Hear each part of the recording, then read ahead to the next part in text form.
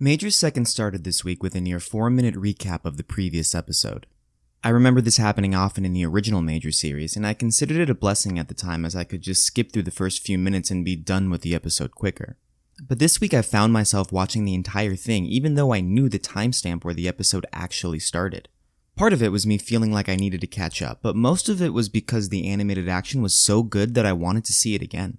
I know I've said this a few times before, but it really is incredible how well this series is animated in comparison to literally every other baseball show except maybe Ace of Diamond. This season is only a few episodes long, so I'm not quite ready to call it the best looking baseball show of all time, but it's certainly on its way. So we left off with Sakura getting out of the first inning without giving up a run, and our heroes at Fudin get to work against their refocused opponents. It takes a few innings for them to get into rhythm, but they eventually break through and score some runs.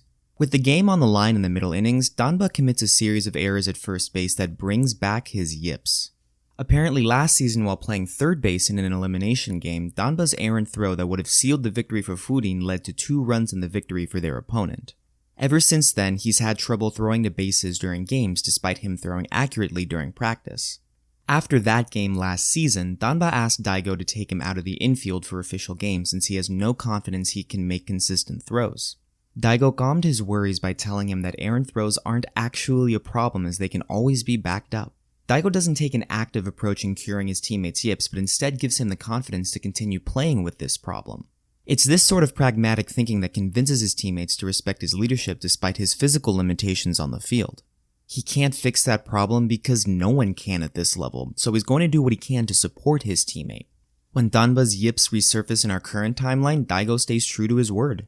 Danba's throw gets past Seita at third base and the runner attempts to advance to home, but Daigo sprints from left field to back up the throw, and he throws the runner out at home and kills the rally. Fudin eventually triggers the mercy rule as they advance to the next round, where they will likely meet 2 former friends of ours.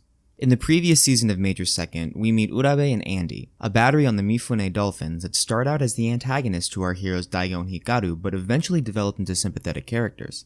They return in this episode as the battery mates on a team in the same region of the bracket, and Daigo watches the next game with Sakura and Anita to scout their potential opponents. Bringing Urabe and Andy back marks the first characters from the first season that get their roles reprised in the second. Of course, we're still waiting on returns from the Miyamoto twins and most importantly Hikaru, though there's no guarantee they'll come back this season. But at least we get our battery mates to start, and that's definitely something to look forward to next week. All in all, Major has done a fantastic job in returning. I hope they took the 5-week break assessing their progress instead of rushing to come back, because I would be terribly disappointed if this show lost its momentum as a result of the pandemic. But for now, Major Second is killing it. The only thing Tamayomi is killing, however, is my interest in doing these weekly reviews. But there's only 1 episode left after this, so I'll just power through this week. Our girls left the previous episode in a 1-1 tie, and Yomi soon finds herself in hot water with the cleanup hitter up to bat.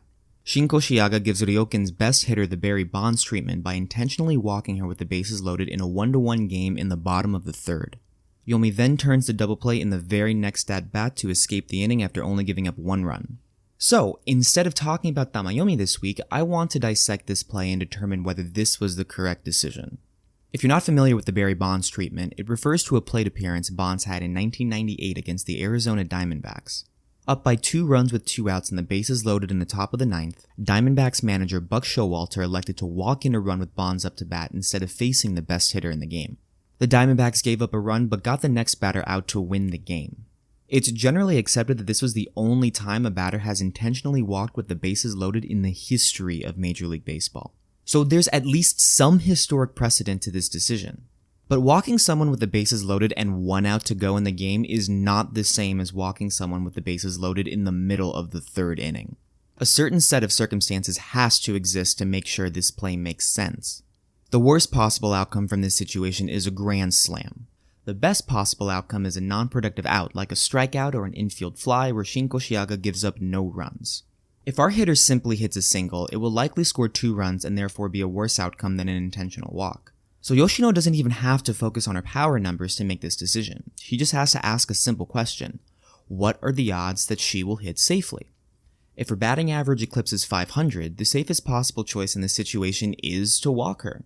Of course, it ends up being the right decision as Yomi escapes the inning only giving up 1 run, but I would argue it was the correct decision to begin with if the batter had a greater chance of hitting safely than getting out.